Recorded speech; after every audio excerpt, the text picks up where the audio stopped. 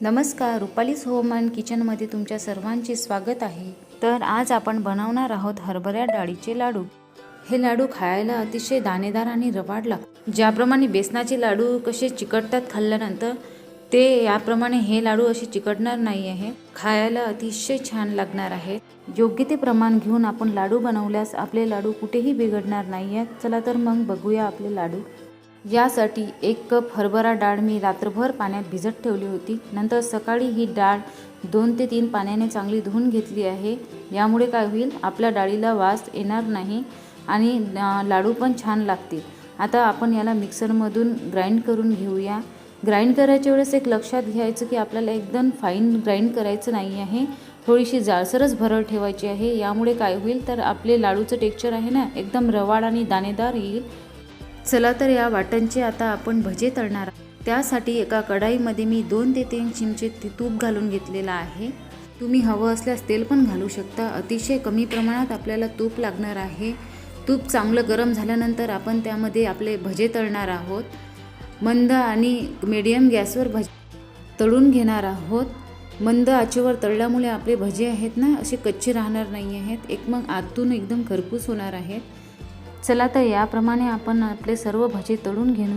आता आपल्याला तूप अतिशय कमी प्रमाणात लागलेलं आहे। हे तूप आपण रियूज करू शकतो। नंतर एका पातेल्यात हे भजे काढल्यानंतर थोडे थंड होऊ द्या। आता मिक्सरचं भांडं घेऊन छोटे छोटे तुकडे काढून आपण हे मिक्सर यामध्ये टाकूया आणि हे वाटून घेऊया। वाटायच्या वेळेस एक गोष्ट लक्षात ठेवायची की याची एकदम फाईन पेस्ट करू नये, आपण थोडीशी जाडसर भरड ठेवायची। यामुळे आपल्या लाडूला आहे ना, असं दाळसर मऊदार टेक्स्चर येणार आहे। ज्याप्रमाणे बाजारात लाडू मिळतात त्याचप्रमाणे आपले लाडू तयार होतील। बघा, आपली भरड अशी मोकळी मोकळी होत आहे। चला तर मग आता आपण पाक बनवण्यासाठी घेऊया। ज्या वाटीने मी डाळ घेतली होती त्याच वाटीने 1 वाटी साखर घेतलेली आहे आणि त्यामध्ये अर्धी वाटी इथे पाणी टाकलेलं आहे। आता आपला पाक आपण बनवून घेऊया। मीडियम गॅसवर पाक बनवायचा आहे।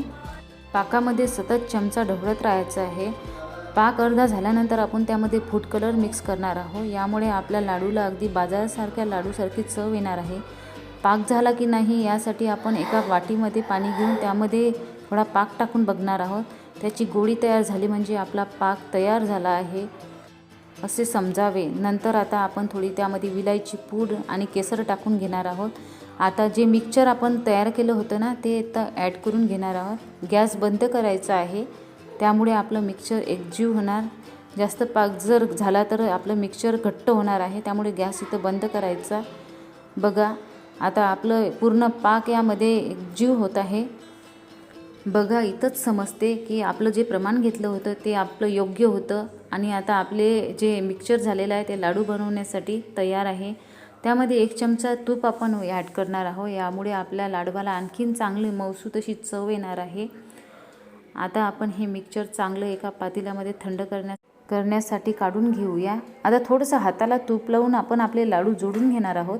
बघा, आपले लाडू किती छान झुटत आहेत, काहीही तुटणं वगैरे काहीच नाही आहे। एकदम अतिशय रवाळ आणि दाणेदार आपले लाडू तयार झालेले आहेत। या प्रकारे आता आपण सर्व लाडू बनवून घेऊया एकसारखे। चला तर तुम्हीही या सणासुदीला असे लाडू बनवून पहा आणि कसे झाले ते कमेंटमध्ये मला नक्की सांगा। माझी रेसिपी आवडली असेल तर माझ्या व्हिडिओला लाईक आणि सबस्क्राईब नक्की करा। धन्यवाद।